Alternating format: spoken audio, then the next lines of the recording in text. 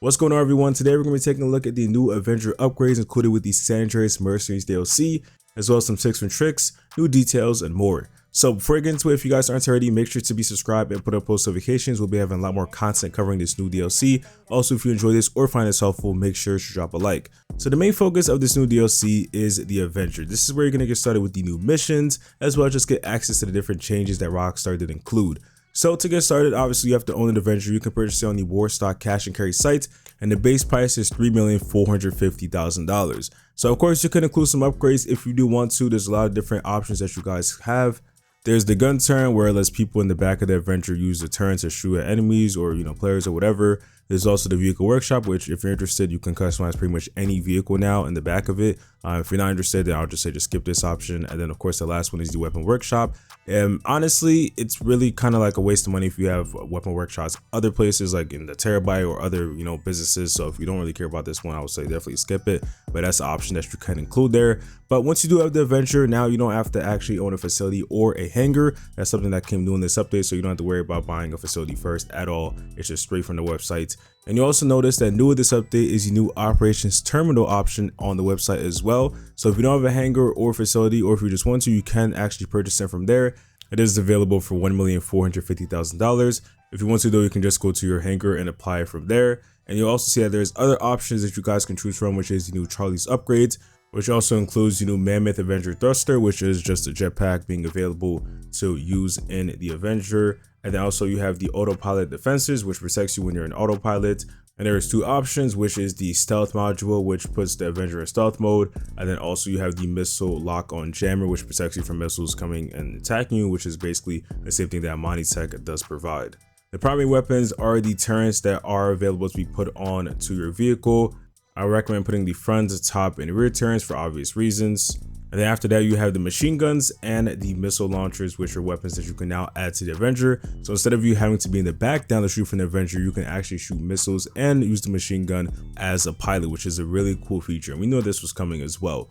And then for the existing upgrades, you can add some armor to it, bombs where you can drop bombs from like the bomb bay doors from the Avenger. There's also countermeasures that you can put on, the engine upgrades, handling upgrades, liveries, which we actually have a few new ones. And then also you can respray and change the color of your Avenger. So these are the things that have been here, but the new ones, of course, for this update are the Charlie upgrades. So I definitely would recommend taking a look at that.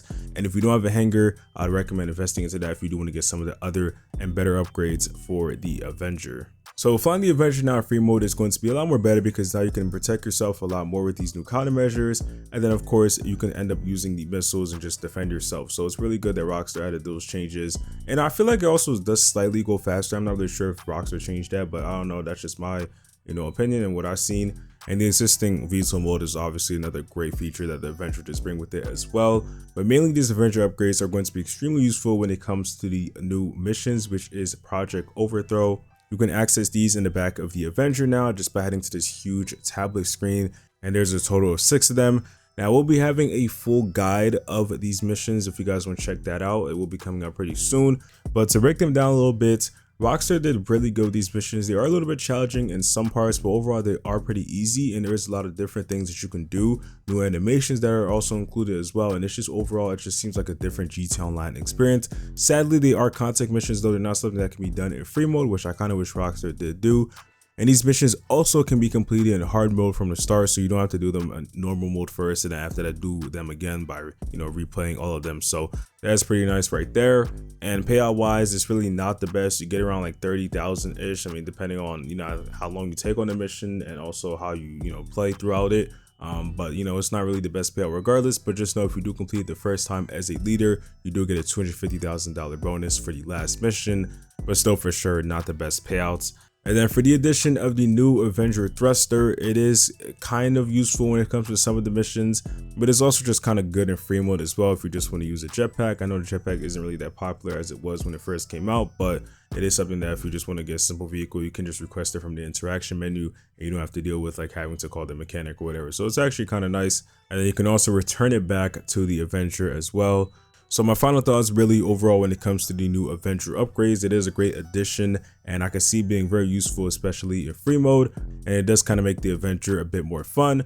Also with the addition of the LSA Angels, you know, side missions, which I'll talk about more in another video, it does make the Avenger a bit more useful because previously the Avenger, it's not something that a lot of people used. I mean, the only reason to really use it was just like if you wanted to, you know, attack players or just attack enemies really in the sky, and also, you know, use the autopilot feature, or if you just wanted to customize some of your vehicles that only could be, you know, customized there, or just if you wanted to. So I think it's, you know, going to be a lot more use for now. I kind of wish Rockstar just added maybe a little bit more other new features to it, but besides that, I think Rockstar did really good with the Avenger upgrade, and I'm glad that you also don't have to own a facility anymore for that. That's kind of how Rockstar should have did it from the beginning, and I can see them doing that with a few more other vehicles as well in the future.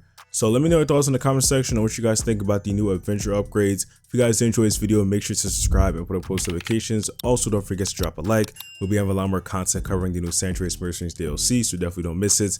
And I'll see you guys in the next one. Peace.